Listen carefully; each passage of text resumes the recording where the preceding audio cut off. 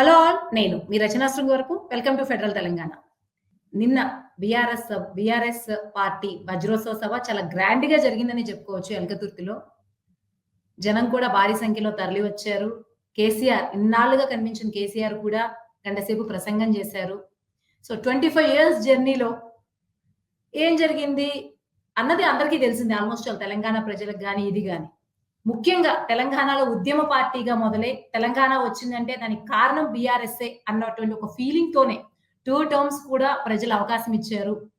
కానీ ఈ మధ్య ఎప్పుడైతే కాంగ్రెస్ అధికారంలోకొచ్చిందో, అప్పుడు ఈ సంవత్సరంన్నర నుంచి బీఆర్ఎస్ పార్టీ కనిపించట్లేదనేదైతే ఒప్పుకోవాల్సిన విషయం. ఈవెన్ ఎమ్మెల్సీ ఎన్నికల్లో కూడా రేవంత్ రెడ్డి స్వయంగా పార్టీని కాస్త ఎన్నికల్లో పోటీ చేయమని కూడా అడిగారు. ఈ నేపథ్యంలో ప్రజలందరూ కూడా కేసీఆర్ నెక్స్ట్ కార్యాచరణ ఎలా ఉండబోతుంది? ఆయన ఉంటారా యాక్టివ్‌గా? ఉండరా? ఇప్పుడు కూడా ఇనాక్టివ్‌గా అవుతారన్న అన్న టైంలోనే ఈ వజ్రోత్సవం జరగడం అన్నది కొంత తెలంగాణ రాజకీయాల్లో ముఖ్యమైనటువంటి మైలురాయి అనుకోవచ్చు. కాకపోతే జనాకర్షణ ఉన్న నేతలు చాలా మంది ఉన్నారు మన తెలుగు రాజకీయాల్లో. ఎన్టీఆర్‌తో స్టార్ట్ అయింది. తర్వాత వైఎస్ఆర్ కూడా కొంత ఆ జనాకర్షణతో నిలబడ్డారు. కేసీఆర్ గారు కూడా కొంత నిలబడ్డారు. కానీ కొంతకాలం అయిపోయిన తర్వాత ఈ నాయకులందరికీ జనాకర్షణ తగ్గిపోయింది. ఇప్పుడు అదే స్టేజ్‌లో కేసీఆర్ కూడా ఉన్నట్టు అనిపిస్తుంది.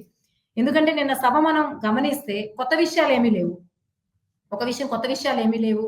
కాంగ్రెస్ అపోజిషన్ కాబట్టి కాంగ్రెస్‌ని అనడము, ఆపరేషన్ కగారు గురించి ప్రస్తావన ఇవే నడిచింది. అందులోనూ ఇప్పుడు తెలంగాణ మొత్తం కూడా బీసీల గురించి చర్చ జరుగుతా ఉంది. బీసీ ఓట్ బ్యాంక్ కోసం ట్రై చేస్తూ ఉన్నారు. కానీ ఒక్క బీసీ ఎందుకంటే ఈవెన్ బ్యానర్‌లో కూడా ఒక పక్కన కేసీఆర్, ఇంకో పక్కన కేటీఆర్ తప్ప ఎక్కడ అట్‌లీస్ట్ ఆ ఎజెండా కూడా మనకి ఇంకొకళ్ళకి అవకాశం ఉన్నట్టు కనిపించలేదు. సో ఈ పరిస్థితుల్లో బీఆర్ఎస్ పునర్వైభవం సాధ్యమా? లేకపోతే ఇంకా ఎప్పటికీ కూడా తెలంగాణ ఈ జాతీయ పార్టీల చేతుల్లోనే ఉండబోతుందా? ఈ అంశం గురించి మనతో చర్చించడానికి ఉన్నారు పొలిటికల్ అనలిస్ట్ నరేంద్ర చలసాని గారు, అలాగే నల్గొండ బీఆర్ఎస్ లీడర్ రావుల శ్రీనివాస్ రెడ్డి గారు, అలాగే జర్నలిస్ట్ కృష్ణకుమార్ గారు. శ్రీనివాస్ రెడ్డి గారు, ముందు మీతో మొదలు పెడదాం. నిన్న మీరు ఎల్కతుర్తి సభకు వెళ్లారు కాబట్టి, ఒక బీఆర్ఎస్ పార్టీలో పనిచేస్తూ ఉన్నారు కాబట్టి మీకు ఎలా అనిపించింది? ఈ సంవత్సరంన్నర కొంచెం ఇనాక్టివ్‌గా అనిపించినటువంటి ఇది నిన్న నూతన ఉత్సాహం వచ్చిన ఫీలింగ్ కలిగిందా? మేడం, ఎక్కడ కూడా బీఆర్ఎస్ పార్టీ ఇనాక్టివ్ గాని లేదు. రెట్టింపు ఉత్సాహంతోటి పెద్ద సారు బయటకు వస్తుండు తర్వాత అని చెప్పేసి ఈరోజు స్వచ్ఛందంగా లక్షలాది మంది ఆ యొక్క వరంగల్ బాట పట్టిరు. మీరు చూస్తుండొచ్చు టీవీలో, తర్వాత విజువల్స్ లో చీమల దండు ఉన్నట్టు ఉన్నది. ఎందుకంటే మనం బ్రహ్మాండంగా బహిరంగ సభ అక్కడ కేసీఆర్ గారు మనం చూస్తున్నాం. కేసీఆర్ గారు ఎక్కడ కూడా ఏ పార్టీని కూడా విమర్శించలే. ఆయన రేవంత్ రెడ్డి గారిని ఎక్కడ కూడా మాట్లాడలే, పేరు కూడా ఎత్తలే. అదే రేవంత్ రెడ్డి ఏడ బహిరంగ సభ పెట్టినా, ఏడ మాట్లాడినా ఒక మన పెళ్లి కాక కట్నాలు చదివిపిస్తే కాక 116 సార్లు 56 సార్లు తర్వాత అట్లా పేరెత్తుకుంటాడు. కేసీఆర్ చెప్పని చేయండి, రేవంత్ రెడ్డికి అసలు నిద్ర కూడా పడదు. అదే కేసీఆర్ గారు తెలంగాణ తొలి ముఖ్యమంత్రి, చావు అంచులకు నోట్లకు పోయి తర్వాత తెలంగాణ తెచ్చినటువంటి అపర చాణక్యుడు తర్వాత కేసీఆర్ గారు ఈరోజు అరే మన యొక్క తెలంగాణ ఎట్లా బాగుండాలి, ఎట్లయితే బాగుంటది, ఏ విధంగా అయితే ముందుకు పోతుంది అన్న ధోరణిలో చెప్పాడు తప్ప ఎక్కడ కూడా చూడండి మీరు ఎక్కడన్నా నాయకుని విమర్శించిండా, తర్వాత ఎక్కడన్నా రేవంత్ రెడ్డి గారి పేరనెత్తినా మేడం చూడండి. బహిరంగ సభ అయిపోయేంత వరకు కూడా ఎక్కడన్నా మాట్లాడిండా మన కేసీఆర్ గారు? అదే రేవంత్ రెడ్డి మీటింగ్ స్టార్ట్ కాగానే అరే గత ప్రభుత్వం కేసీఆర్ గారు ఏం చేయలేదు, అప్పులు చేసిపోయాడు. ఏం చేసిండు అప్పులు? ఏం చేసిండు అప్పులు? ఈ రాష్ట్ర అభివృద్ధి కోసం, ఈ రాష్ట్రాన్ని ముందుకు తీసుకెళ్లడం కోసం, ఇన్ఫ్రాస్ట్రక్చర్ పెంచడం కోసం ఈరోజు ఆస్తులు పెరగలేదా? అప్పు అయితే ఎంత ఉంటుందో ఆస్తులు కూడా అన్ని పెరిగినాయి కదా మేడం. తర్వాత ఈరోజు కలెక్టర్ గతంలో మనకు ఒక మెడికల్ కాలేజ్ రెండు మెడికల్ కాలేజ్ ఉండే, అదే ఇప్పుడు ఇక తెలంగాణ రాష్ట్రంలో ప్రతి ఒక్క జిల్లాకు మెడికల్ కాలేజ్ తీసుకొచ్చిండు. ప్రతి ఒక్క జిల్లాలో కలెక్టర్ సముదాయం నిర్మాణం చేసిండు. ఈ రోజు మనం చూస్తా ఉన్నాం నల్గొండ జిల్లాలో యాదాద్రి థర్మల్ పవర్ ప్లాంట్ తీసుకొచ్చిండు. తర్వాత పుణ్యక్షేత్రం తిరుపతి తల్లదనే విధంగా తిరుపతి ఏ విధంగా అయితే ఉండదో అదే విధంగా యాదగిరి లక్ష్మీనరసింహస్వామి దేవాలయం నిర్మాణం చేసిండు. ఇవి కాదా మనకు అభివృద్ధి అంటే? తర్వాత ఈరోజు ప్రతి రైతు అడుగుతా ఉన్నాడు, గతంలో కేసీఆర్ గారు ఉన్నప్పుడు మాకు దేవుడు ఉండే, కేసీఆర్ గారు మాకు అన్నం పెట్టిండు, తర్వాత ఎకరానికి 10,000 రూపాయలు పెట్టుబడి సాయం ఇచ్చి తర్వాత ఏదైనా వ్యవసాయం ఆనాడు దండుగన్న దాన్ని పండుగలా చేసి రైతు కళ్ళలో ఆనందించినటువంటి వ్యక్తి కేసీఆర్ గారు. అదే విధంగా రైతు అనుకోని సంఘటనతో ఏదైనా జరిగి రైతు మరణిస్తే ఆ రైతు కుటుంబానికి 5 లక్షల రూపాయలు ఇచ్చి ఆదుకున్నటువంటి వ్యక్తి కేసీఆర్ గారు. ఇంకా చెప్పుకుంటూ పోతే ఈనాడు చిన్నపిల్లలు కూడా అడుగుతారు, చిన్నపిల్లల తల్లిదండ్రులు అడుగుతున్నారు. మీరు చెప్పిన దాంతో అగ్రి అవుదాం, అదొకటి. కానీ కాంగ్రెస్ ప్రభుత్వాన్ని ఆయన విమర్శించారు కానీ ఎక్కడా వ్యక్తుల పేర్లు ఎత్తలేదు. అది ఒప్పుకుంటాను, నో ప్రాబ్లం, అది అందరికీ తెలిసిందే. కానీ గత సంవత్సరంగా అపోజిషన్ పార్టీగా మారినప్పటి నుంచి కూడా కేసీఆర్ గారు ఎందుకు కనిపించట్లేదు? అందరూ కూడా ఆల్మోస్ట్ ఎందుకు ఏ ఎలక్షన్స్ లో కంటెస్ట్ చేయలేదు? ఎందుకు ఇంత దూరంగా ఉంటున్నారు? కనిపించలేదని ఎవరన్నారు? మొన్న అసెంబ్లీకి వచ్చినాడు కదా, అంతకుముందు వచ్చినాడు కదా. తర్వాత ఆయన సొంత నియోజకవర్గంలోనే అక్కడ ప్రజలతో కలుస్తా ఉన్నారు కదా. రెగ్యులర్ గా పార్టీ మీటింగ్లు కావచ్చు, వ్యక్తులతో కలుస్తూనే ఉన్నారు కదా. ఎక్కడ కలుస్తున్నాడు కేసీఆర్ గారు? మాకు కలుస్తూనే ఉండగా కాంగ్రెస్ నాయకులు కలవచ్చు, కాంగ్రెస్ నాయకులకు అంతా కంటుంటే ఆయన చెప్పేటువంటి మా రాష్ట్ర అసెంబ్లీలో ఏం మాట్లాడాలి?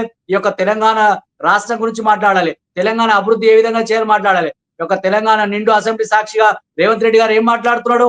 ఆయన భాష ఏమైనా విధానం ఉందా? భాష పద్ధతి ఉందా మేడం? ఎంతసేపు యొక్క ప్రతిపక్షాన్ని తిట్టాలా, తర్వాత ఏదో పైచాచిక ఆనందం పొందాలన్న ఒక తాపత్రయం తప్ప ఏనాడన్నా రేవంత్ రెడ్డి గారు అసెంబ్లీలో ఈ యొక్క ప్రజల గురించి కానీ ప్రజా సంక్షేమం గురించి కానీ మాట్లాడినా మేడం? ఎంతసేపు కేసీఆర్ గారిని ఎట్లా ఏ విధంగా బదలాం చేద్దామా, కేసీఆర్ గారిని ఏ విధంగా తిడదామా, తర్వాత కేటీఆర్ గారిని ఏ విధంగా తిడదామా, జగదీష్ రెడ్డి గారిని ఏ విధంగా. జగదీష్ రెడ్డి గారు ఏం చెప్పిండు? కథ చెప్పిండు. అంతకన్నా ఘోరంగా మాట్లాడిండు అదే రేవంత్ రెడ్డి గారు. తెల్లారి మరి ఆయన ఎందుకో సస్పెండ్ చేయలేదు సభాపతి గారు? అంటే ప్రతిపక్షానికి ఒక రూలు, తర్వాత అధికార పక్షానికి ఒక రూలా? అంటే ఈ రాష్ట్రంలో ప్రజాస్వామ్యం ప్రడవిల్తలేదు మేడం. కేవలం కాంగ్రెస్ పార్టీ మాకు మందబలం ఉంది, మేము ఏం చేసిన అధికార పార్టీ తోటి అహంకారం ఉందనే ఒక ధోరణితోడు ఈనాడు చూసిరా మేడం. నిన్న ఎలకకుర్తి సభకు ఫ్లెక్సీలు ఏర్పాటు చేస్తే హైడ్రా అధికారులు తొలగిస్తారు.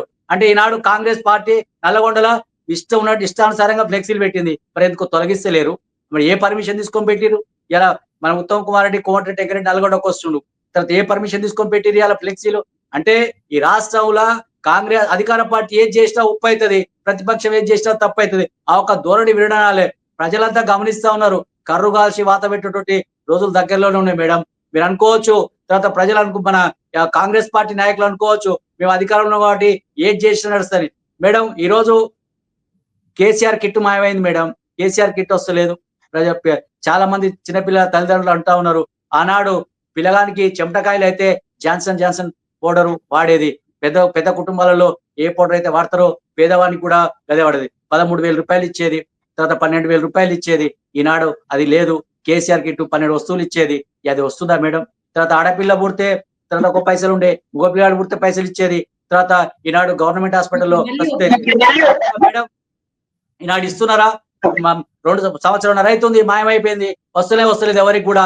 కేసీఆర్ కిట్ వస్తలేదు, తర్వాత రైతు బంధు వస్తలేదు, రైతు భరోసా వస్తలేదు. 15,000 రూపాయలు ఇస్తామన్నాడు. ఇచ్చినా మేడం? ఏ ఒక్క రైతు కానీ ఇచ్చినా? నాకు కూడా వ్యవసాయ కుటుంబం, ఇంతవరకు నాకు రూపాయి పడలే మేడం. కృష్ణకుమార్ గారు మీరు చెప్పండి. శ్రీనివాస్ రెడ్డి గారు చాలా స్ట్రాంగ్ గా బీఆర్ఎస్ పార్టీని సపోర్ట్ చేస్తూ మాట్లాడారు. సో ఇప్పుడున్న ఈ నేపథ్యంలో అట్లీస్ట్ ఈ రజతోత్సవాలు అయిన తర్వాత అయినా కేసీఆర్ యాక్టివ్ గా ఆయన కనిపిస్తారా? అంతే యాక్టివ్ గా తీసుకెళ్తారా? ఆ పునర్వైభవం సాధ్యమే అనుకుంటున్నారా? ఇక్కడ కేసీఆర్ పార్టీకి దిక్కు అనేదైతే ఇక్కడ 25 సంవత్సరాల వేడుకలో స్పష్టంగా చెప్పడం జరిగింది. ఎందుకంటే పార్టీ వేదిక మీద ఇప్పుడు మొత్తం కూడా కేసీఆర్ మాట్లాడటం, తర్వాత మిగతా వాళ్ళు మాట్లాడకపోవటం, అంటే ఇక ఇప్పుడు 10 సంవత్సరాల పాలన తర్వాత మళ్ళీ కూడా తెలంగాణ తెచ్చాము అదే స్టాండ్ లోనే వెళ్ళింది. అయితే ఇక్కడ మేము ఎంత చేసాము, తెలంగాణ మొత్తం బంగారు తెలంగాణ చేస్తే దాన్ని మొత్తం చెడగొడుతుంది కాంగ్రెస్ ప్రభుత్వం, ఇది ఒక శాపంలా మారింది, దాన్ని మళ్ళీ పునర్వైభవం తీసుకురావాలి అనే విధంగానే కేసీఆర్ మాటలున్నాయి. అయితే ఇక్కడ దీన్ని అసలు మళ్ళీ పార్టీ బతకటానికి ఏం చేయబోతున్నాము, ఏంటి భవిష్యత్ కార్యాచరణ ఏంటి అనేది అయితే స్పష్టమైన అది ఏది కూడా అసలు స్పష్టంగా కాదు కానీ ఏది చెప్పలే.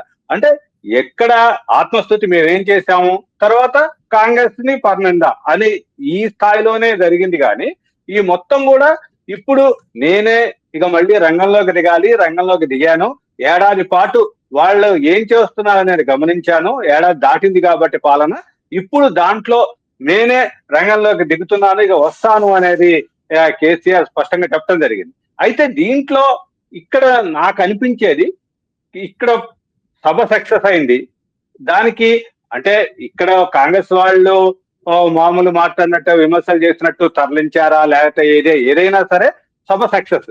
అయితే దీంట్లో స్వతహాగా టిఆర్ఎస్ శ్రేణులు మొత్తం వచ్చారు, కేసీఆర్ మాట్లాడుతున్నాడు, ఏం మాట్లాడతాడు అనే ఒక ఆసక్తి అయితే దాంట్లో మొదటి నుంచి కనిపించింది. అంటే మా మీడియా కానీ ఏది కానీ కేసీఆర్ ఏం మాట్లాడబోతున్నాడు, ఏమైనా కొత్త విషయాలు ఉంటాయా అనే ఒక ఉత్సాహం కనిపించింది. అయితే దానికి భిన్నంగా ఇక్కడ కేసీఆర్ ప్రసంగం మామూలుగా అంటే పేలగా ఉంది అనగా కానీ తన మాటల తోటాలు పేల్చారు కానీ అది మొత్తం కూడా కాంగ్రెస్ తను చేసిన వాటిని ఎన్నో ఇది చెప్పుకోపోవటమే కానీ కొత్తదనం అయితే కనిపించినట్లు కనిపించలేదు. దాన్ని అయితే అందరం అంటే మామూలు ఇంకా ఏదైనా కొత్తగా మాట్లాడతాడు, లేకపోతే పార్టీకి 10 సంవత్సరాలు ఎంతో అభివృద్ధి చేసిన పార్టీకి ఇలాంటి పరిస్థితి ఎందుకు వచ్చింది, మళ్ళీ అధికారంలో రావటానికి మేము ఇది చేస్తున్నాం అనే ఒక ప్రణాళిక కూడా కేసీఆర్ ఇస్తాడు అనే ఒక భావన వచ్చింది. కాకపోతే ఇక్కడ దాన్ని ఏ విధమైన స్పష్టమైన దీన్ని విధానం చేయలేకపోయారనేదే మనం ఖచ్చితంగా చెప్పాలి. అది కాకుండా ఇక్కడ టిఆర్ఎస్ ప్లేస్ ని ఎక్కువగా ఆక్యుపై చేస్తున్నది బీజేపీ. ఎందుకంటే ఈ గడిచిన అసెంబ్లీ ఎన్నికలు చూసుకోవాలి, లోక్సభ ఎన్నికల్ని, తర్వాత ఈ ఎమ్మెల్సీ ఎన్నికలు ఇవన్నీ చూసినా కూడా ఇక్కడ మొత్తం బీఆర్ఎస్ ఓటు బ్యాంక్ ని కాంగ్రెస్ కన్నా సగం పైన బీజేపీ ఆక్యుపై చేసింది. కానీ ఆ బీజేపీని ఎక్కువ టార్గెట్ చేయలేదు, అది కూడా మనం గమనించాలి. అంటే బీజేపీని 11 ఏళ్ల కాలంలో 11 రూపాయలు కూడా ఇవ్వలేదు కేంద్రం అనే ఈ పాయింట్ ఆఫ్ వ్యూలో అన్నారు. కానీ బీజేపీ విధానాలను కానీ వీటిని కానీ విమర్శించి కానీ బీజేపీని ఏ విధంగా కూడా పెద్దగా విమర్శించలేదనే చెప్పాలి. అయితే ఇక్కడ ఫ్యూచర్ లో బీజేపీతో ఏమన్నా రిలేషన్ ఉంటుందా అనే ఇండికేషన్స్ ఇవ్వబోయారా, లేకపోతే ఇక్కడ ఇంకోటి రేవంత్ రెడ్డి తన స్థాయికి తగ్గవాడు కాదు అనే భావన వచ్చేలాగా అసలు ముఖ్యమంత్రిగా రేవంత్ రెడ్డి చేస్తున్నాడు అటు చేస్తున్నాడు అని ఒక ప్రస్తావన కూడా పేరుని కూడా ప్రస్తావించలేదు. అంటే ఏంటి, ఒక రకంగా ఇండైరెక్ట్ గా భట్టి విక్రమార్కని ఉప ముఖ్యమంత్రి ఆర్థిక మంత్రిగా ఉన్న ఆయన అని భట్టి విక్రమార్కని కూడా ప్రస్తావించారు. కానీ ఇక్కడ రేవంత్ రెడ్డి పేరు కూడా కేసీఆర్ ప్రస్తావించారు. అంటే దీన్ని బట్టి అసెంబ్లీకి రాను అని స్పష్టంగా చెప్పడం అక్కడ కనిపిస్తోంది. దాంతో పాటుగా ఈ అసెంబ్లీలో ఈ రేవంత్ రెడ్డి వీళ్ళని ఎదుర్కొనేది కేటీఆర్, హరీష్ రావే, వాళ్లే సరిపోతారు అని చెప్పడంతో పాటు తానికి ఇక ప్రజాక్షేత్రంలో ఉంటాను, ఇక నేనే వస్తేనే పార్టీ బాగుపడుతుంది, అంటే పార్టీకి పునరుత్తేజం వస్తుంది అనే ఒక సంకేతాన్ని కూడా అక్కడ ఇచ్చారనే చెప్పొచ్చు. ఏదైనా కూడా మొత్తం మీద చూసినట్లయితే ఏదో మొత్తం అంతా ఇది చేశాను అది చేశాను, లేకపోతే 10 ఏళ్ల కాలంలో ఇంత జరిగిన అభివృద్ధి కరెక్టే, కానీ అభివృద్ధి జరిగినప్పుడు ప్రజలు ఎందుకు ఓటు వేయలేదు, మేమేం చేశాము, ఈ తప్పులు మాలో ఉన్నాయా, దీనివల్ల మీరు ఓడించారు అనే దాన్ని కరెక్ట్ గా చేయలేకపోయారనే చెప్పాలి. ఎందుకంటే 25 సంవత్సరాల కాలంలో ఈ పార్టీ ఎదుగుదల వీటిలో దాంట్లో 10 సంవత్సరాలు అధికారంలో ఉంది. కాబట్టి అధికారంలోకి మళ్ళీ రాకుండా ప్రజలు ఎందుకు చేశారు అంటే కాంగ్రెస్ యొక్క హామీలు, తప్పుడు హామీలు, వీటన్నిటినీ కూడా ఆకర్షణకు లోనయ్యే ప్రజలు ఈ మొత్తం కూడా ఓట్లు వేశారు అనే యాంగిల్లోనే చెప్పారు. కానీ తన యొక్క లోపాలేంటి, మేము సరిదిద్దుకుంటాము, పార్టీ పరంగా ఇది చేస్తాము అది చేస్తాము, భవిష్యత్తులో ఇట్లా ఉంటాము ఇట్లా ఉండము అనే ఒక స్పష్టమైన సంకేతాన్ని ప్రజలకు ఇచ్చుంటే ఇంకా బాగుండేది. అయితే ఏదేమైనా సరే రాష్ట్రం అప్పుల్లో ఉంది, లేకపోతే అప్పులమయం చేసింది, మేము మొత్తం కూడా ఆదాయంలోకి తీసుకువస్తే రాష్ట్రాన్ని మొత్తం కూడా కాంగ్రెస్ వచ్చిన తర్వాత అప్పులమయం చేసింది, ఇదంతా జనరలైజ్ స్పీచ్ లాగానే ఉంది. కానీ ఈ మొత్తం కూడా ఎలాంటి కొత్తదనం కానీ ఇది కానీ ఒక దిశానిర్దేశం అంటే పార్టీ శ్రేణులకి ఎలాంటి ఒక దిశానిర్దేశం లేకుండానే ఇదంతా సాగిందనేది అయితే భావించాల్సి ఉంటుంది. అయితే ఇంకోటి ఇక్కడ ఆపరేషన్ కగార్ని కూడా ప్రస్తావించడం అయితే ఇక్కడ ఇంకోటి దీని మొత్తం అంటే దేనికి లింకు లేని ఈ నక్సల్స్ మీద పోరుని ప్రధానంగా కూడా ఒక అంశంగా ఆయన ప్రస్తావించి దానికి కేంద్రానికి లేఖ రాస్తా ఉంటాం. ఇదంతా అంటే ఏంటి, ఇక్కడ మావోయిస్టు సానుభూతి పనులు వీళ్ళందరూ కూడా ఇక్కడ గ్రామాల్లో వీళ్ళంతా ఉన్నారని ఆ యాంగిల్లో కూడా కొంతమందిని ఆకర్షించుకునే ప్రయత్నం అయితే చేశాడు. అదిగాక ప్రజాస్వామ్యము లేకుండా పోయింది అనే ఒక పాయింట్ కూడా ఆయన లేవదీశాడు కాంగ్రెస్ పార్టీ. అయితే ఇంతకు ముందు ఇక్కడ ధర్నా చౌక్ని ఎత్తేయటము ఇవన్నీ కూడా తనకే ఎదురొస్తాయి అనే ఒక ఇది ఆలోచించకుండా కొంత అంటే పోలీసుల్ని హెచ్చరిక చేయటము ఇవన్నీ కూడా కొంత చేశారు. దీంతో ఏమైందంటే ఇక్కడ కాంగ్రెస్ వాళ్ళకి తాను చేసిన వాటిని మళ్ళీ ఇచ్చింది, తాను చేసిన వాటిని రివర్స్ ఇచ్చే వాటికే వచ్చిందని చెప్పొచ్చు. మొత్తం మీద అయితే పార్టీకి దిశానిర్దేశం చేసినట్లయితే ఇంకా బాగుండేదని నా అభిప్రాయం. థ్యాంక్ యూ కృష్ణ కుమార్ గారు. నరేంద్ర గారు మీరు చెప్పండి. ఓవరాల్ గా శ్రీనివాస్ రెడ్డి గారు ఫేవరబుల్ గా మాట్లాడారు, కృష్ణ కుమార్ గారు కూడా ఫ్లాస్ చెప్తూనే దిశానిర్దేశం కూడా చేస్తుంటే బాగుందని చెప్పారు. సో నేను మిమ్మల్ని అడుగుతున్న క్వశ్చన్ ఏంటంటే, నిన్న స్పీచ్ అంతా గమనిస్తే కేసీఆర్ గారి చరిష్మా ఏమన్నా కోల్పోయినట్టు అనిపించిందా, లేకపోతే ఇప్పటి వరకు నేను అవుట్ ఆఫ్ ఫ్రేమ్ ఉన్నాను కాబట్టి ఇప్పుడు కొత్త ఎనర్జీతో రాబోతున్నానన్న ఫీలింగ్ మీకు కనిపించింది? ఒక పొలిటికల్ అనలిస్ట్ గా మీరేమనుకుంటున్నారు?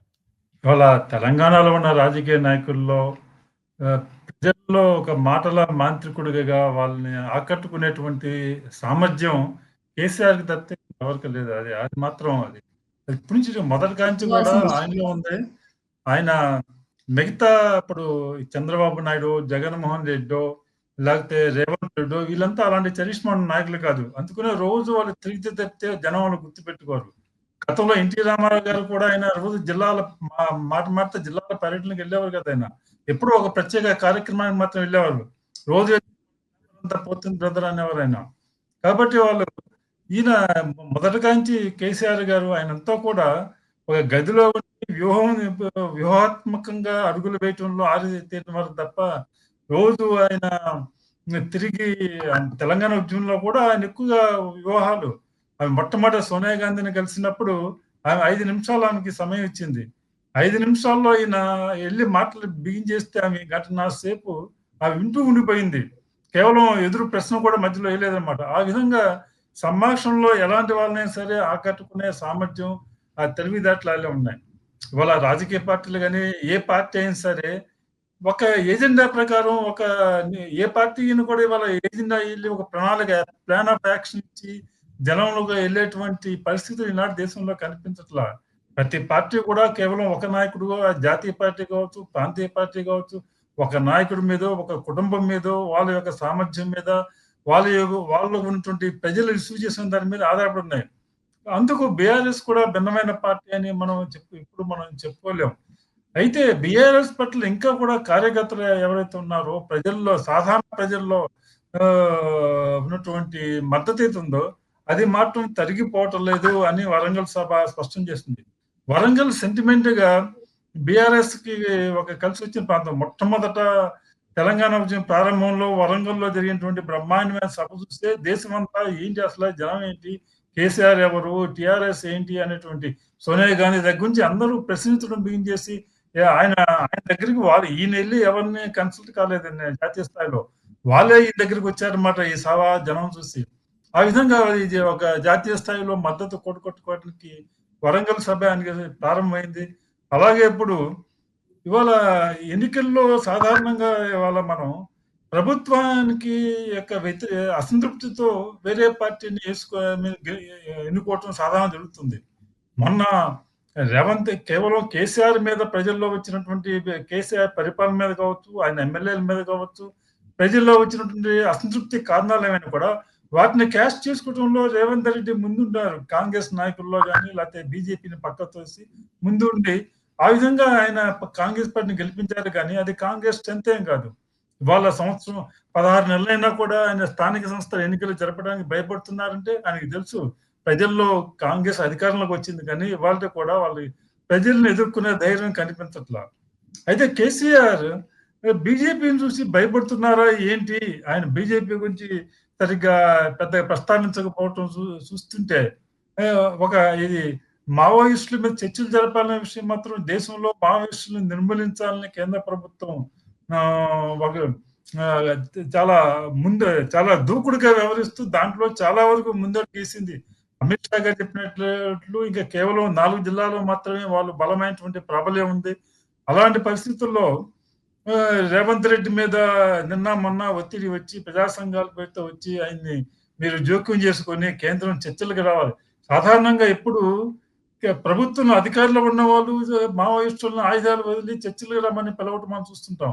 మొదటిసారిగా వాళ్ళు మేము చర్చలు జరుపుతాం సిద్ధంగా ఉన్నామని లేఖలు రాయటం, దానికి ప్రభుత్వం పట్టించుకోకపోవటం, ఇప్పుడు కొన్ని ప్రజా సంఘాల వాళ్ళు వచ్చి చర్చలు జరపని అంటాం, వాళ్ళు వెళ్ళి ఇతర పార్టీల వాళ్ళ దగ్గరికి వెళ్ళి వాళ్ళ మద్దతు కూడా తీసుకోవటం వల్ల ఒక విచిత్రమైన పరిస్థితి జరుగుతుంది. ఈ విషయాన్ని కూడా కేసీఆర్ గారు ఒక వ్యూహాత్మకంగా చేపట్టి మన దేశంలో ఇప్పుడు రాజశేఖర రెడ్డి కావచ్చు, లేకపోతే ఎన్టీ రామారావు కావచ్చు, అందరి నాయకులందరూ కూడా అధికారంలో లేనప్పుడు మావోయిస్టులు ఏజెండా మా ఏజెండా అంటూ వాళ్ళ సానుభూతి చేసి వాళ్ళ మద్దతు పొందే ఎన్నికల్లో ప్రయత్నం చేయటం, అధికారంలో వచ్చిన తర్వాత వాళ్ళని అణచివేసే ప్రయత్నం చేయటం, ఎన్కౌంటర్ జరపటం అందరు నాయకులు చేస్తూ వచ్చారు. అదే చేస్తున్నారు.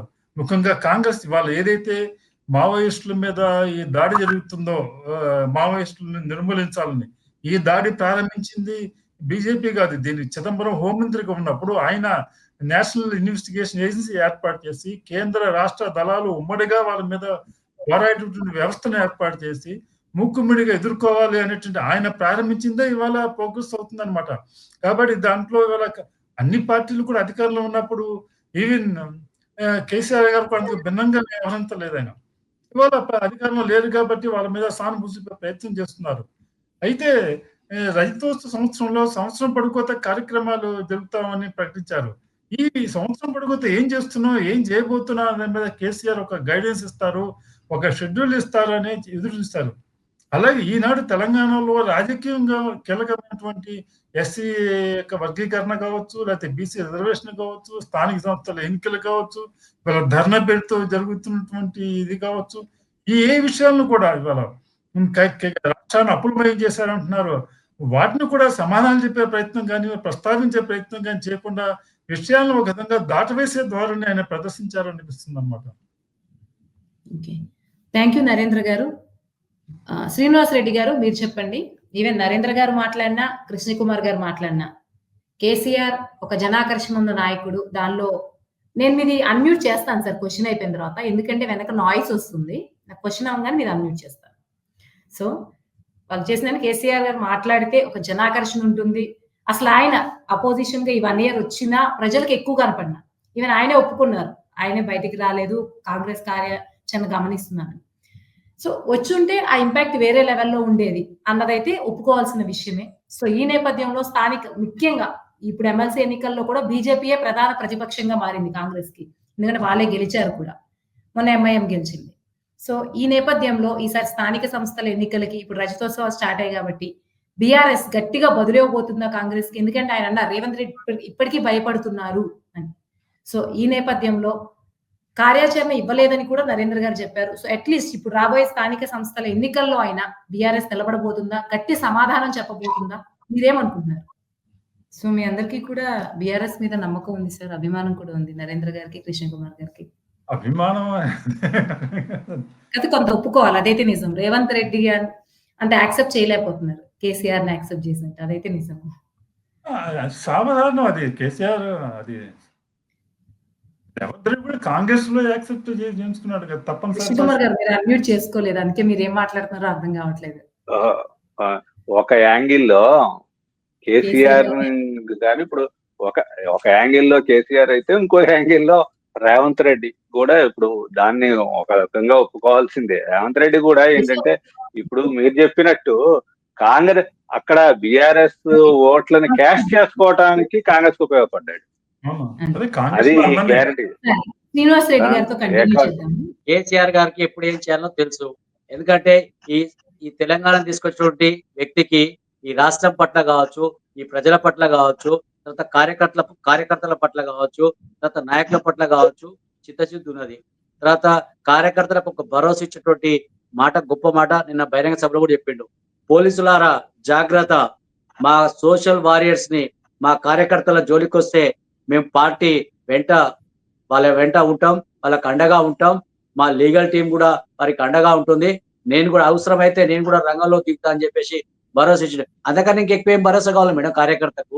ఈనాడు వరంగల్ బహిరంగ సభకు ఒక్కొక్కరు 6 ఏళ్ళ అబ్బాయి కాల్చి చనిపోయేటువంటి కేసీఆర్ అభిమానులంతా కూడా బీఆర్ఎస్ అభిమానులంతా కూడా కవులు, కళాకారులు, మేధావులు, ఎందుకంటే నిన్న ఆదివారం కాబట్టి ఉద్యోగస్తులు కూడా చాలా మంది వచ్చినారు. ఎందుకంటే కేసీఆర్ గారు ఏం చెప్తారో, కేసీఆర్ గారు ఏం మాట్లాడతారో తర్వాత చూద్దాం. కేసీఆర్ గారి మాటలు వినక చాలా రోజులు అవుతుందని చెప్పేసి వచ్చినటువంటి మంది లక్షలాది మంది అక్కడికి వచ్చినారు మేడం.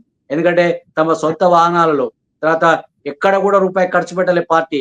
అందరు కూడా సొంతంగా భోజనం వండుకొని, తర్వాత ఒక్కొక్కరు గతంలో మన కమ్యూనిస్టులు కాక ఏ విధంగా సర్ది కట్టి బహిరంగ సభకు పోతారో ఆ విధంగానే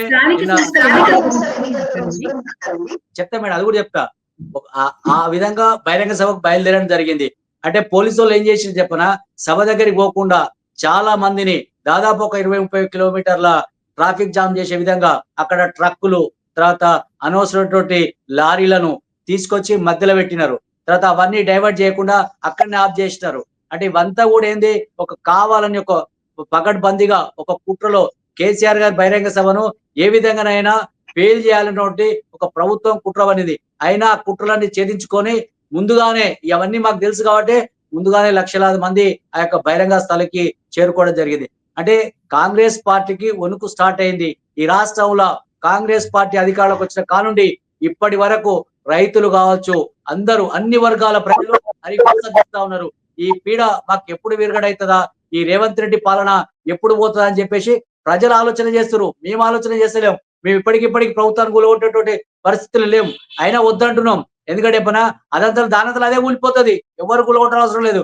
ప్రజలే ఈరోజు గ్రామాలకు వస్తే రేవంత్ రెడ్డి గారిని కానీ, తర్వాత వాళ్ళ మంత్రివర్గాన్ని కానీ, ఎమ్మెల్యేలు కానీ నిలదీసి అడుగుతా ఉన్నారు. అయ్యా, నువ్వు ఎన్నికలకు రాకతోలిగే మాకు రైతు బంధు ఇస్తాంటివి, రైతు భరోసా ఇస్తాంటివి, ఏది నాయన అని అడుగుతున్నారు. తర్వాత రుణమాఫీ చేస్తాంటివి మొత్తం పూర్తిగా చేయలేదు నాయన అని అడుగుతా ఉన్నారు. తర్వాత కేసీఆర్ కిట్టి ఏది నాయన అడుగుతున్నారు. తులం బంగారం ఏది నాయన అని అడుగుతున్నారు. తర్వాత ఆడపిల్ల 2500 ఇస్తాంటివి, స్కూటీ ఇస్తాంటివి విద్యార్థులకు, స్కూటీ ఏదైనా అడుగుతున్నారు.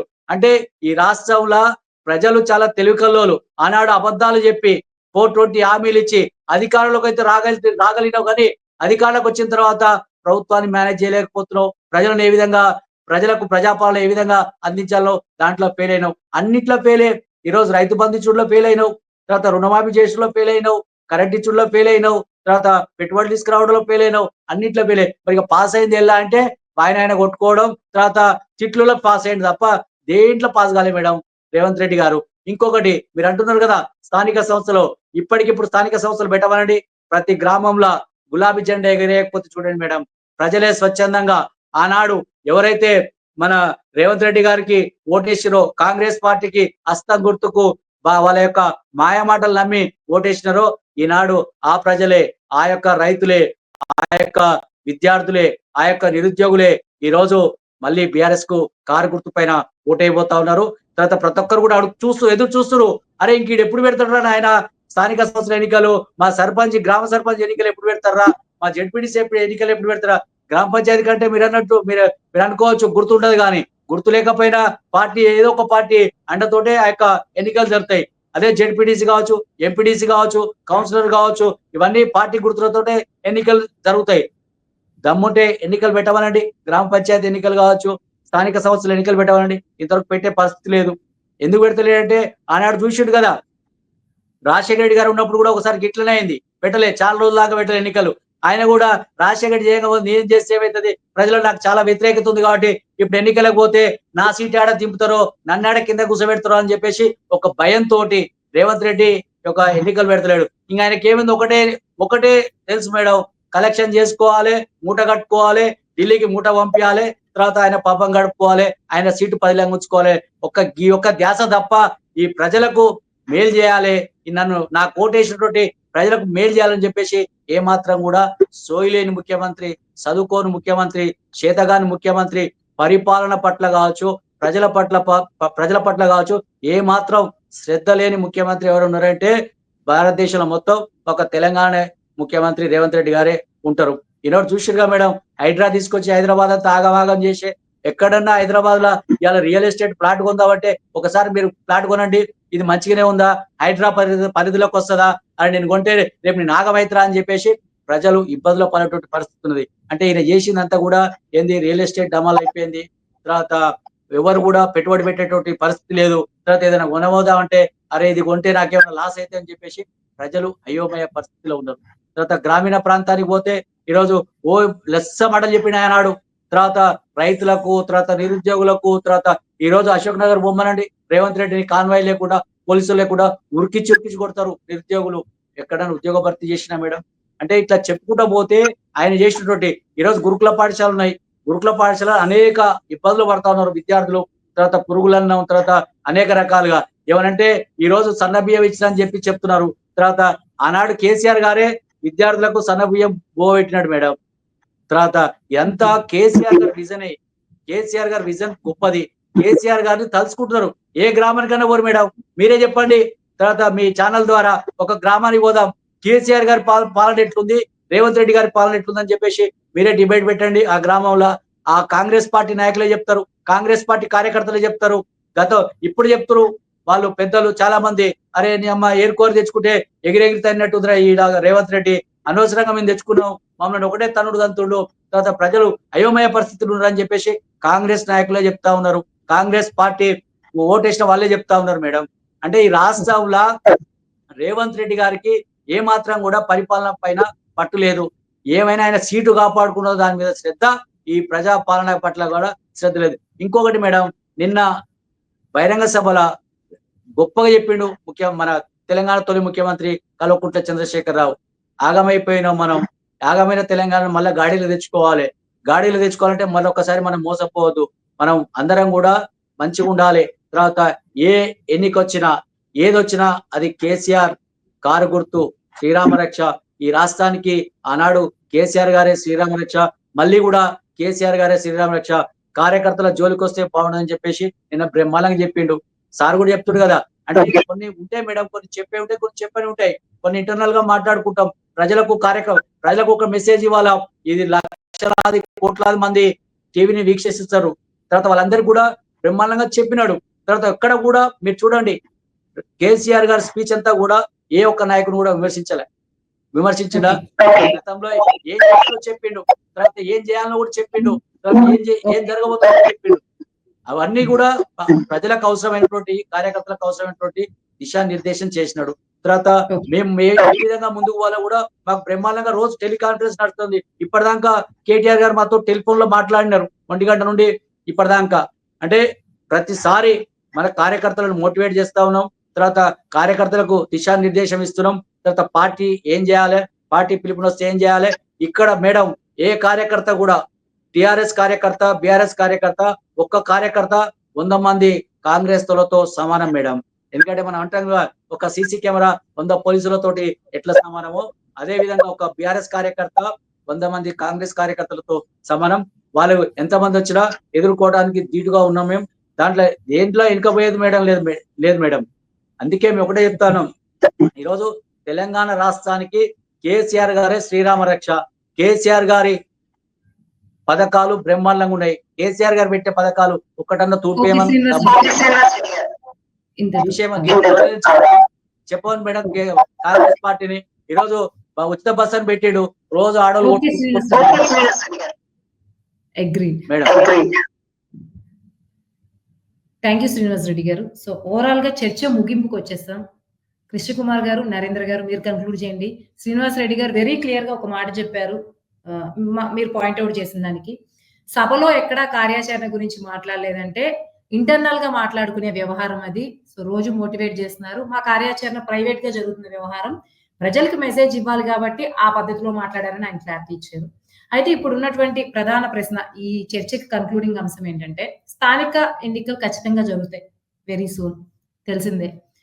సో ఈ ఎన్నికల్లో ఇప్పుడు కేసీఆర్ కొంత సైలెంట్ గా వ్యూహం చేస్తున్నారు అనుకోరా కేసీఆర్ గారు? ఖచ్చితంగా స్థానిక సంస్థల ఎన్నికలు, ఎందుకంటే గత 1 year ఎమ్మెల్సీ ఎన్నికలు కానీ అన్నిటికీ కూడా బీఆర్ఎస్ దూరంగా ఉన్న క్రమంలో ఇప్పుడు బీజేపీకి అగైనెస్ట్ గా కూడా ఏం పెద్దగా మాట్లాడలేదని మీరే చెప్పారు. ఈ క్రమంలో స్థానిక సంస్థల ఎన్నికల్లో బీఆర్ఎస్ విక్టరీ ఛాన్సెస్ ఎంత? ఎందుకంటే స్థానిక సంస్థల ఎన్నికల్లో ఎవరైతే గెలుస్తారో వాళ్ళకి నైతికంగా కూడా చాలా బాగా స్ట్రెంగ్తన్ అవుతారట, ప్రతిపక్షమైన పాలక పార్టీ అయినా సరే. ఈ క్రమంలో బీఆర్ఎస్ ఉన్న ఛాన్సెస్ ఏంటి? ఇప్పుడు కేసీఆర్ బయటకు వచ్చారు కాబట్టి తెలంగాణ పిక్చర్ మారబోతుందా? మళ్ళీ ఎలక్షన్స్, మళ్ళీ నెక్స్ట్ ఎన్నికల్లో బీఆర్ఎస్ కి ఇది ఛాన్సెస్ పెంచబోతుందా? దీని గురించి మీరు ఏమనుకుంటున్నారో కన్క్లూడ్ చేయండి. కృష్ణకుమార్ గారు ఫస్ట్ మీరు కన్క్లూడ్ చేయండి. స్థానిక ఎన్నికల దృష్టికి వస్తే స్థానిక ఎన్నికలు ఎప్పుడూ కూడా అధికార పక్షానికి కొంత అనుకూలంగానే ఉంటాయి. కాబట్టి ఇక్కడ స్థానిక ఎన్నికల్లో కేసీఆర్ గాని లేకపోతే ఇంకా కేటీఆర్ గాని ఇలాంటి పెద్దవాళ్ళ నాయకులు పూర్తి స్థాయిలో వెళ్లి ప్రచారం చేసే పరిస్థితి ఉండదు. స్థానిక పరిస్థితుల్ని ఆధారం చేసుకొని ఉంటుంది ఇది. అయితే ఇప్పుడున్న పరిస్థితుల్లో ఇక్కడ స్థానిక సంస్థలు తేటానికి రేవంత్ రెడ్డి భయపడుతున్నారా లేకపోతే ఇది అనేది పక్కన నుంచితే ఇప్పుడు ఇంకా అంటే ఇప్పుడు సంవత్సరం లోపల ఇంకా టిఆర్ఎస్ శ్రీనివాసరెడ్డి గారు చెప్పినట్టు కానీ ఇది ఇంకా అంత పూర్తి స్థాయిలో ప్రజా వ్యతిరేకత అయితే లేదనే అనుకుంటున్నాను. కాకపోతే ఇక్కడ ఒకవైపు కాంగ్రెస్ తో పాటు బీజేపీ స్ట్రాటజీని కూడా బీఆర్ఎస్ భరించాల్సి ఉంటుంది. కాబట్టి ఇక్కడ ఈ స్థానిక సంస్థల ఎన్నికలు కాంగ్రెస్ కి ఎంత ముఖ్యమో అంటే బీఆర్ఎస్ కి ఎంత ముఖ్యమో లేకపోతే మేము గెలిచి చూపిస్తాము అని బీఆర్ఎస్ ఎంత అంటుందో అక్కడ ఆలోచించేది ఆ ఓట్లు ఎటెళ్తాయి అంటే ప్రజలు యొక్క నాడి ఏ విధంగా ఉంది అనేది క్యాచ్ చేయటంలో ఇప్పుడు బీఆర్ఎస్ కూడా పూర్తిగా ఏదో వ్యతిరేకత వచ్చింది అనే హోప్ లో ఉంది. కానీ అంత అయితే తేలికైన పని అయితే కాదని నేను అనుకుంటున్నా. అయితే దీంట్లో కాంగ్రెస్ కూడా అదే వ్యూహంతో, ఎందుకంటే ఇప్పుడు మిగతా అసెంబ్లీ పార్లమెంట్ ఎన్నికలు అనేవి వేరు, ఇక్కడ స్థానిక ఎన్నికలు వేరు. కాబట్టి స్ట్రాటజీ పరంగా లేకపోతే ఆ అధికార పక్షం వ్యవహరిస్తుంది అని అనుకుంటున్నాను. అయితే ఎంత లేట్ చేస్తే అంత కాంగ్రెస్ కే లాస్ జరుగుతుంది. అది బీఆర్ఎస్ బీజేపీకి స్పెచ్చింగ్ అవుతుంది. కాకపోతే తొందరగానే స్థానిక ఎన్నికలు తీసుకొస్తే కాంగ్రెస్ కి కొంత ఎడ్జుండే పరిస్థితి అయితే వస్తుందని అనుకుంటున్నాను. థ్యాంక్ యూ కృష్ణకుమార్ గారు. నరేంద్ర గారు ఇప్పుడు మీరు కన్క్లూడ్ చేయండి. స్థానిక సంస్థల ఎన్నికలు వచ్చేసరికి అప్పుడు బీజేపీ అనేది కేవలం పట్టణాల వరకే పరిమితం ఉంది. గ్రామాల్లో సాధారణంగా ఎన్నిక కాంగ్రెస్ బీఆర్ఎస్ మధ్య ఉంటుంది. కాంగ్రెస్ ప్రస్తుతం ఆత్మరక్షణలో ఉంది అనేక విషయాల్లో. ఇంతవరకు పిసిసి ఎగ్జిక్యూటివ్ కమిటీ చేసుకోలేకపోతున్నారు, విస్తరణ లేదు, ఎమ్మెల్యేలు వాళ్ళు చేసిన హామీలను అమలు చేయలేకపోతున్నాం అని గ్రామాల్లో వెళ్ళలేకపోతున్నారు. ఇవన్నీ కూడా బీఆర్ఎస్ కి కొంచెం సానుకూల పరిస్థితులు ఏర్పడతాయి. అందుకనే మన ఎమ్మెల్సీ ఎలక్షన్ లో కూడా పోటీ చెప్పడానికి ప్రధాన కారణం మన స్థానిక సంస్థల ఎన్నికలు ఎప్పుడో వస్తాయనుకున్నారు, వాటి పట్ల దృష్టి కేంద్రీకరించాలని. అయితే కేసీఆర్ గారు మొదట ఆయన ప్రభుత్వం అంతా కూడా అన్ని అమలు చేశారు, హామీలు అమలు చేయడం అనేది ప్రభుత్వం కూడా చేస్తుంది. కేసీఆర్ గారు కూడా నిరుద్యోగ భృతి ఇస్తామన్నారు, ఇవ్వలేదు. ఇది ఉచిత విద్య అన్నారు, దాని గురించి పట్టించుకోలేదు. ఇంకా అనేక విషయాలు ఉన్నాయి. అయితే ఇక్కడ ఎన్నిక అనేది రేపు జరగబోయే ఎన్నిక కాంగ్రెస్ యొక్క పెర్ఫార్మెన్స్ మీద జరుగుతుంది. కాబట్టి దాని మీద ఒక ప్రధాన ప్రతిపక్షంగా కాంగ్రెస్ పట్ల ప్రజలు సూచించి అసంతృప్తి వ్యక్తం చేస్తే సాధారణంగా బీఆర్ఎస్ కి ప్రయోజనం కలుగుతుంది. బీఆర్ఎస్ వాళ్ళ రాష్ట్రంలో అతి పెద్ద పార్టీ ఉందనిగా చెప్పొచ్చు. మరొక కేసీఆర్ తెలంగాణ సెంటిమెంట్ అనేది ఆల్రెడీ రాష్ట్రం ఏర్పడి 11 ఏళ్ళు అయిపోయింది. ఇంకా తెలంగాణ మేము తెచ్చాం కాబట్టి ప్రజలు మాయంటే ఉన్నారనుకునేటువంటి ధీమా కూడా అంత కాదు. దాన్ని ఒక రాజకీయ పార్టీగా క్రియాశీలక పార్టీగా దాన్ని యాక్టివేట్ చేయాలి. ఇంతవరకు 25 ఏళ్ళైనా కూడా బీఆర్ఎస్ జిల్లా స్థాయిలో పూర్తి కార్యవర్గాలను సక్రమంగా ఏర్పాటు చేయలేదు. ఎప్పుడు ఆర్గనైజేషన్ సంస్థాగతమైనటువంటి విషయాల మీద ఇప్పుడు కూడా బీఆర్ఎస్ అంత ఆసక్తి చూపటం లేదు. మొదటి కాంచి కూడా అడహాక్ నియామకాలతోనే అడహాక్ కమిటీలతోనే జరుగుతూ ఉంది. అది సంస్థాగతంగా మిగతా కాంగ్రెస్ బీజేపీతో పోలిస్తే బీఆర్ఎస్ కొంత బలహీనంగా ఉందని చెప్పొచ్చు ఆ విషయంలో. అయినా బీఆర్ఎస్ కొంతమంది గెలిచిన ఎమ్మెల్యేలు నాయకులు కాంగ్రెస్ లో చేరినప్పుడు కూడా కార్యకర్తలు అనేది బీఆర్ఎస్ ఎంటే ఉన్నారు, ఎవరు పోవట్లేదు. ఎందుకంటే కాంగ్రెస్ లో చేరిన వాళ్ళు కూడా అంత సంతృప్తికరంగా లేరు. కాబట్టి ఇటు నుంచి ఇంకా బీఆర్ఎస్ నుంచి బయటకు వెళ్ళేటువంటి అవకాశాలు రాబోయే రోజుల్లో తగ్గుతున్నాయని చెప్పొచ్చు. కానీ ఇవాళ త్రిముఖ పోటీగా చేయాలని బీజేపీ ప్రయత్నం చేస్తుంది. దాన్ని అది ఆ విధంగా జరిగితే బీఆర్ఎస్ కి లాభం. మనకి కేసీఆర్ గారు ఎంత విధులు ఉన్నా ఎంత తెలివితేటలున్నా కూడా మొన్న ఎన్నికల్లో కేవలం ఎమ్మెల్యేలని ప్రజా వ్యతిరేకత ఎదుర్కొన్న ఎమ్మెల్యేలని అభ్యర్థుల్ని చాలా చోట్ల మార్చకపోవటం వల్ల ఓటమి చెందినట్లు బీఆర్ఎస్ నాయకులే బహిరంగ చెప్పుకుంటూ వచ్చారు. ఎన్నికల తర్వాత ఆయన మార్చడానికి సందేహించారన్నమాట. మారిస్తే వాళ్ళు వెళ్ళి వ్యతిరేకంగా ఇండిపెండెంట్ గా పోటీ చేస్తే ఏమవుతుంది, లేకపోతే ఇతర పార్టీలు చేస్తే ఏమవుతుంది అనే సందేహాలు ఉన్నాయి. కాబట్టి ఇవన్నీ కూడా రాజకీయాలు అనేది క్రియాశీలంగా డైనమిక్ గా ఉంటాయి. అది ఎన్నికల సమయానికి ఏ విధంగా మారుతాయి, ఏమవుతాయి అనేది మనం ఇప్పుడే ఊహించలేము అనమాట. అయితే ఇవాళ ఉన్న పరిస్థితుల్లో ఇవాళ రేవంత్ రెడ్డి ప్రభుత్వాన్ని విషయాల మీద ప్రజల మధ్య నిలదీయటంలో బీఆర్ఎస్ నాయకులు వాళ్ళ ముందుంటున్నారు వాళ్ళు. దానివల్ల వాళ్ళ బీఆర్ఎస్ కి మద్దతు ప్రజల్లో గుర్తింపు వస్తుంది. బీజేపీ ఆ విధంగా వాళ్ళ మీడియా సమావేశాలు జరగడం తప్పితే ప్రభుత్వ వైఫల్యాల మీద రేవంత్ రెడ్డిని అంతగా పోతున్నది అనేటువంటి అసంతృప్తి బీజేపీ నాయకులు ఉంది. దీని ఆధారంగానే రాబోయే రోజుల్లో రాష్ట్ర రాజకీయాలు ప్రభావం చూపేటువంటి అవకాశం ఉంటుంది. థ్యాంక్ యూ నరేంద్ర గారు. ఓవరాల్ గా శ్రీనివాస్ రెడ్డి గారు ఒక 2 minutes లో ఈ అంశం గురించి మీరు ఏమనుకుంటున్నారో కన్క్లూడ్ చేయండి. బీఆర్ఎస్ బ్రహ్మాండంగా పర్ఫార్మెన్స్ ఉన్నది, జనంలో ఉన్నది. అరే జనం ఎక్కడికి పోయినా నిరాజనం పలుకుతా ఉన్నారు. నిన్న బహిరంగ సభే దానికి తార్కాణం. మేము ఎక్కడ కూడా పైసా ఖర్చు పెట్టలే, అయినా అంతమంది జనం వచ్చి చేసుకోవాలి. తర్వాత ఎక్కడ కూడా ప్రజల మధ్యలో లేవలే. చూసిరా మీరు, కార్యకర్తలు కావచ్చు, నాయకులు కావచ్చు, ఇక్కడ బహిరంగ సభలో ఎక్కడ కూడా లేవలే. కేసీఆర్ గారి మీటింగ్ అయిపోయినంత వరకు కూడా పిన్ డ్రాప్ సైలెంట్ గా కూర్చున్నారు. తర్వాత బ్రహ్మాండంగా అక్కడ సీఎం సీఎం అని అన్నారు. అయినా కానీ కేసీఆర్ రాగంటారు ఆయన అని చెప్పాడు.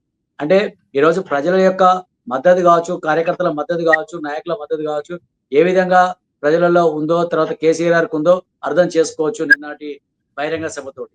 ఇంకొకటి మేడం, ఎలా మీరు అంటున్నారు ఒకటే, కాంగ్రెస్ పార్టీ మునిగిపోయేటువంటి పడవ ఎప్పుడు ముంచుతుందో, ఎప్పుడు ఆ పార్టీలో ముంచుతారు. కొత్త అవసరం లేదు, కొత్త ఆయన రావాలి, తర్వాత ఇంకోటి రావాలి.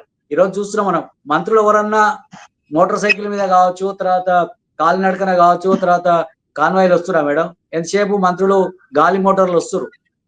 ఏ 100 కిలోమీటర్లు కూడా ప్రజల యొక్క ధనాన్ని ఏ విధంగా వృధా చేస్తారో మీరు అర్థం చేసుకోవచ్చు. ఎందుకంటే నల్గొండ ఎంత దూరం ఉంది మేడం? నల్గొండకు రావాలంటే గాలి మోటార్లే వస్తారు. తర్వాత హుజూర్నగర్ పోవాలంటే ఉత్తమ్ కుమార్ రెడ్డి గారు గాలి మోటార్లే పోతున్నాడు. అంటే ఈరోజు చూడు, ప్రజల యొక్క ధనాన్ని పూర్తిగా దుర్వినియోగం చేస్తున్నటువంటి పార్టీ కాంగ్రెస్ పార్టీ. తర్వాత ఈరోజు ప్రజల యొక్క బాగోగులు చూసుకున్నటువంటి party BRS party. BRS party ఏనాడు కూడా ప్రజలకు కడుపు నింపింది, ప్రజల జేబు కొట్టలే, ప్రజలకు నష్టం చేయలే. అందుకే ఈరోజు గ్రామీణ ప్రాంతాల్లో కావచ్చు, పట్టణ ప్రాంతాల్లో కావచ్చు, తర్వాత అందరూ కూడా సంపన్న వర్గాలు బీఆర్ఎస్ అయితేనే బాగుంటుంది, బీఆర్ఎస్ ఈ రాష్ట్రానికి రావాలి, కేసీఆర్ గారే మళ్ళీ రాష్ట్రానికి ముఖ్యమంత్రి కావాలి, కేసీఆర్ గారు అయితేనే అందరినీ మంచిగా చూసుకుంటాడు, తర్వాత అందరినీ బాగా చూసుకుంటాడు, తర్వాత అందరికీ అన్ని వర్గాల ప్రజలకు అన్ని రకాల సంక్షేమ పథకాలు అందిస్తాడు. తర్వాత మనం చూసినా మేడం, ఆనాడు బెస్త వాళ్ళకు మనం వాళ్ళందరూ కూడా ఉట్టిగా ఉండొద్దు, తర్వాత ఏదో ఒకటి చేసుకోవాలి తర్వాత అని చెప్పేసి చేపలు ఇచ్చినాం. తర్వాత యాదవులకు గొర్రెల కుర్మ వాళ్ళకు ఆర్థికంగా కావాలి, బలోపేతం కావాలని చెప్పేసి వాళ్ళకి గొర్రెలు ఇచ్చినాం. తర్వాత అనేక రకాలుగా, అంటే ఈ రోజు చూసాం అవన్నీ ఎటువాయే గ్రామీణ ప్రాంతాల్లో వృత్తివారుల వారిగా, తర్వాత వారు చేసుకున్నటువంటి పనిలో వారందరికీ కూడా అన్ని రకాలుగా సహాయ సహకారం ఇచ్చినాం. ఈనాడు ఆ స్కీమ్స్ వేయలేవే, ఎందుకు పెడతలేరు అంటే ఈ రాష్ట్రంలో మన రేవంత్ రెడ్డి గారికి లేదు, పట్టు లేదు కాబట్టి అవన్నీ పెడతలేడు. ఆయనకి అసలు తెలివి లేదు, ఏం చేయాలో అర్థం కాదు. తర్వాత ఎవరైనా చెప్తే కూడా వినేటువంటి పరిస్థితి లేదు. ఆ మంత్రులు చెప్దామన్నా ఆయన కంటే ఎక్కువ దండగా మనుషులు ఉన్నారు కాబట్టి వాళ్ళకి తెలియదు, వీళ్ళకి తెలియదు, చెప్తోలు కూడా చక్కగా లేరు, అధికారులు చెప్పినా వినేటువంటి పరిస్థితి వాళ్ళు లేరు. కాబట్టి ఈ రాష్ట్రం బాగుపడాలంటే, ఈ రాష్ట్రం అభివృద్ధి చెందాలంటే, ఈ రాష్ట్రం ముందుకు పోవాలంటే తర్వాత కేసీఆర్ గారే మాకు శ్రీరామ రక్ష, కేసీఆర్ గారు వస్తేనే ఈ రాష్ట్రం అభివృద్ధి చెందుతుందని చెప్పేసి ఆటో దొడుకునే ఆయన కాంచి అంతరిక్షంలో ప్రయాణించే వరకు కూడా కోరుకుంటా ఉన్నారు. తర్వాత వ్యవసాయం చేసుకునే దాని కాంచి విమానం దొరికే దానికి ఆయన కూడా కోరుకుంటున్నారు. ఈరోజు కేసీఆర్ గారే రావాలి, మళ్ళీ కేసీఆర్ గారి ముఖ్యమంత్రి కావాలి. త్రుటిలో మనం ఏదో మాయమాటలు నమ్మి, అబద్ధ హామీలను నమ్మి ఏదో కాంగ్రెస్ పార్టీ గదిరెక్కించడం, ఈ శని ఈ పీడ మాకు ఎప్పుడు విడుదలవుతారా అని చెప్పేసి ప్రజలు ఎదురు చూస్తా ఉన్నారు. ఈ ప్రభుత్వం ఎప్పుడు పోతుందని చెప్పేసి, ఎప్పుడు కాలం అయిపోతుందా అని చెప్పేసి ప్రజలు ఎదురు చూస్తా ఉన్నారు. Okay, thank you Srinivas Reddy గారు. సో ఓవరాల్ గా బీఆర్ఎస్ పునర్వైభవం సాధ్యమా కాదా అంది ఇప్పటి నుంచి మొదలే కార్యాచరణ నుంచి కొంత ఆధారపడి ఉంటుంది. కాకపోతే బీఆర్ఎస్ శ్రేణి మాత్రం కాన్ఫిడెంట్ గా ఉన్నారు నిన్న రైతోత్సవం జరిగిన తర్వాత. సో లోపల కూడా ప్రణాళికలు జరుగుతున్నాయి అని చెప్పి శ్రీనివాస్ రెడ్డి గారు క్లియర్ చేశారు. కాబట్టి కొంత కాంగ్రెస్ ప్రభుత్వం మీద పూర్తి వ్యతిరేకత రాకపోయినా కేసీఆర్ కున్న చరిష్మా అనేది కొంచెం ఎక్కువ స్థాయిలో 10 ఏళ్ల ఆ చరిష్మా అనేది వెంటనే పోయేది కాదు. సో కేసీఆర్ గారు ఇంకా స్ట్రాంగ్ గా వర్క్ చేసి స్ట్రాటజిక్ గా ఉంటే మాత్రం బీఆర్ఎస్ అధికారంలోకి వచ్చే అవకాశం ఉంది రాబోన్న అసెంబ్లీ ఎన్నికల్లో అయినా సరే. సరే చూద్దాం. శ్రీనివాస్ రెడ్డి గారు చెప్పినట్టు అంత వ్యతిరేకత కాంగ్రెస్ మీద ఉందా? ఈ స్థానిక సంస్థల్లో ఆ ప్రభావం స్పష్టంగా కనబడబోతుందా? తర్వాత ఎన్నికల్లో బీఆర్ఎస్ అధికారంలోకి వస్తుందా లేదా తెలియాలంటే ప్రజలు డిసైడ్ చేయాలి. మన స్థానిక సంస్థలు అయ్యే వరకైనా వెయిట్ చేయాలి. చూద్దాం ఇప్పుడు ఇది బీఆర్ఎస్ కి గోల్డెన్ ఫేజ్ కాబోతుందో లేదో. So thank you so much Narendra గారు, కృష్ణకుమార్ గారు, శ్రీనివాస్ రెడ్డి గారు ఇంత ఇన్ఫర్మేటివ్ డిస్కషన్ లో పార్టిసిపేట్ చేసినందుకు. ఇంతటితో ఈ చర్చను ముగిద్దాం.